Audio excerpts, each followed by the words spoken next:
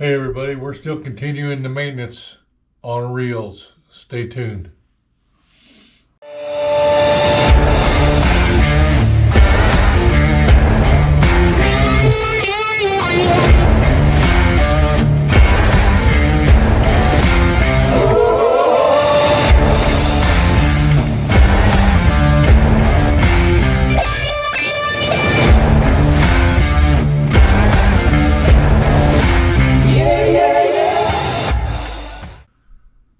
Hey everyone, welcome back. All about fishing with Big Kev. Hey, got the old Zebco Max Gold Max 33 Gold Max.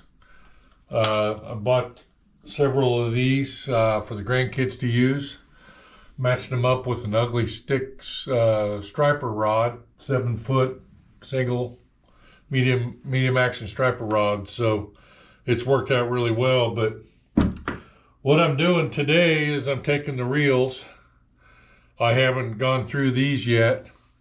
So I'm basically taking these apart like so and removing the line off of them. And it looks something like this. No line on the spool. And going to put new line on them. I'm also lubricating. I talked to you earlier about this dry lubricant. I shoot a little bit of that inside this. This reel is kind of a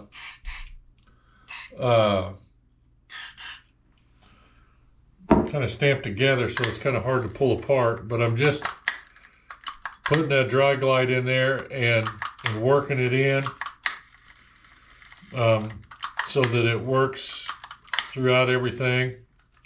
But these have been a really good, durable reel. You know, Zebco's been around for a long time, and you know, they've got their cheaper reels and they got their better line reels. These are the Gold Max, 33 Gold Max. It holds 100 yards of 20-pound line, and it's a whopping 2.6 to 1 gear ratio. So you snag into something, it's going to take you a little while to get him in. But I'll tell you what, for kids, the simplicity of these reels and the durability it's worth it. And I think these were somewhere in the neighborhood of $45 a reel, $30 to $45, somewhere in there. So anyway, we just lubed this one. Also what I do is I've already took a paper towel and some of my Windex here, and I've kind of wiped everything down, cleaned it up. Got everything good. But one thing, I don't know if you guys ever deal with spin cast, but inside the bell housing, this slips over this and seals it all up. But they have a tendency to collect a lot of dirt and dust inside that bell housing, so make sure you clean that out when you're doing so. So anyway, we're going to get these stripped down. And then I got 3 of them here. I'll get back to you here when I get them all ready to roll. Get the line off of them. And we'll spool them up with some new 20-pound line. And then we'll get it put back on the rods. Here's these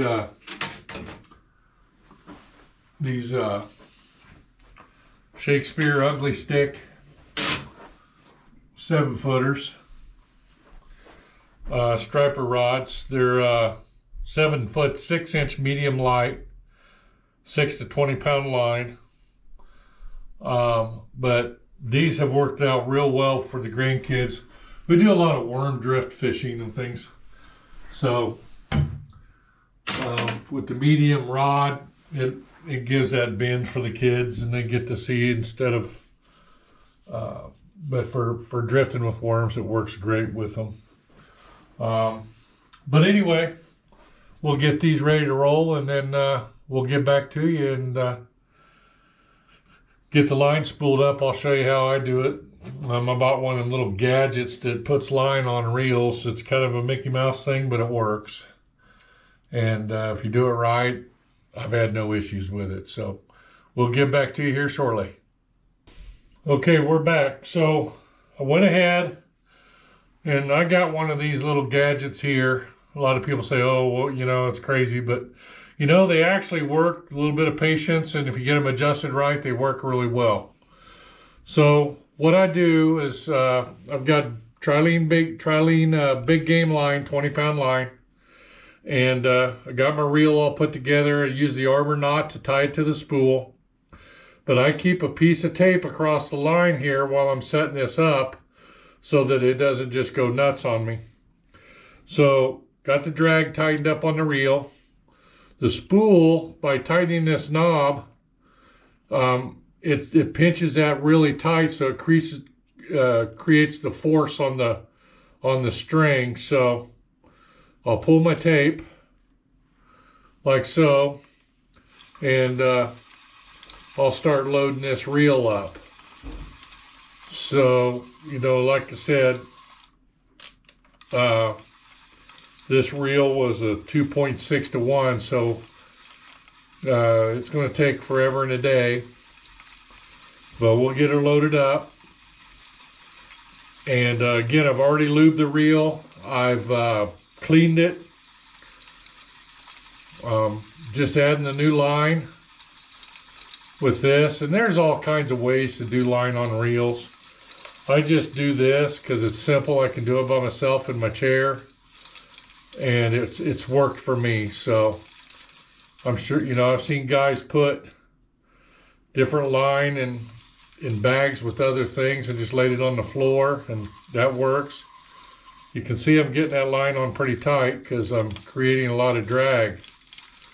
So that line's getting on there pretty tight.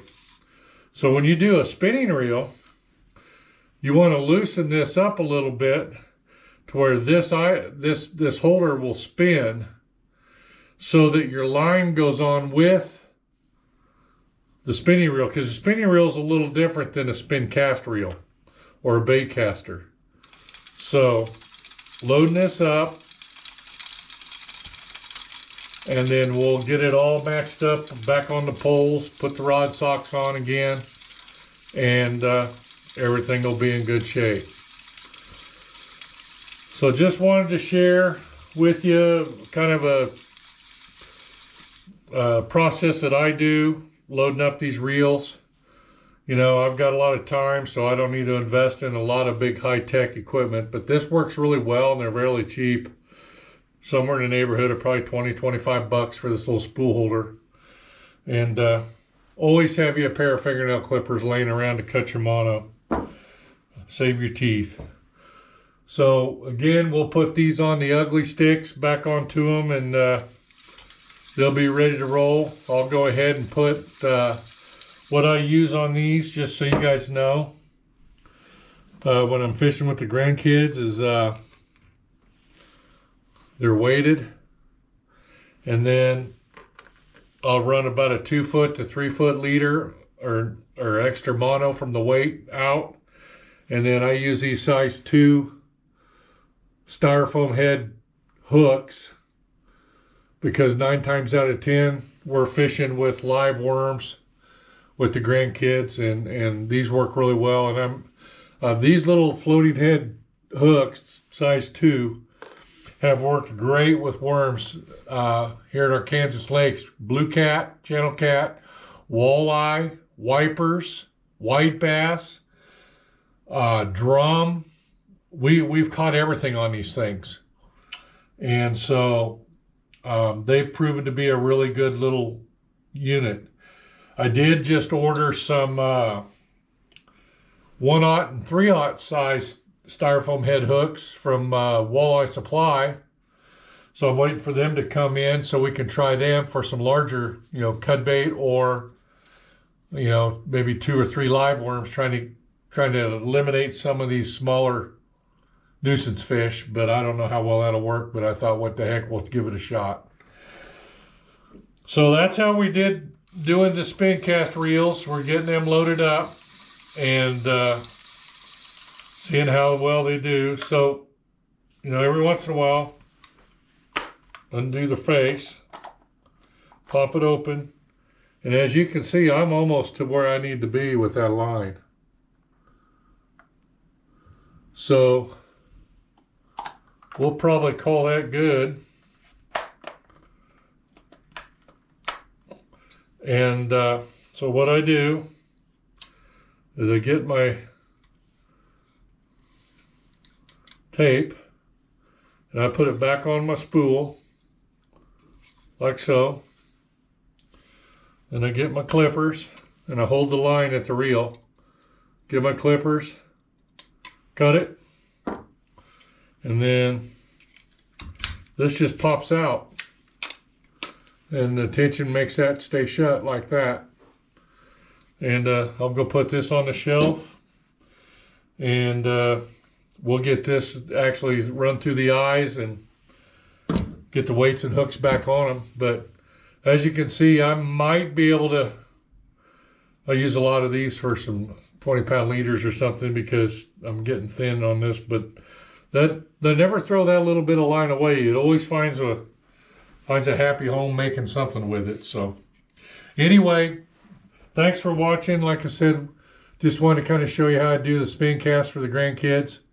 The little more simpler type aspect than the big bait casters where we're not pulling gears out and everything.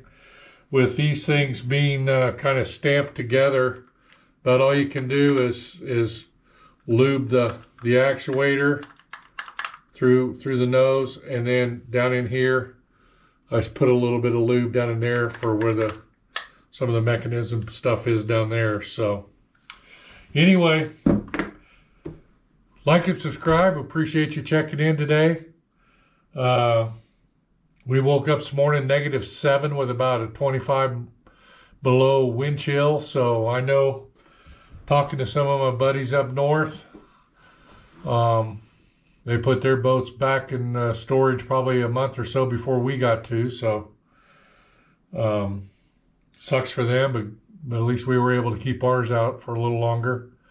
I did get some pictures of one of the local lakes out west, and it's iced up. So not thick enough to walk on yet, but it's probably too thick to run the boats out on. So anyway, like and subscribe. All about fishing with Big Kev. Until then, we'll see you on the water.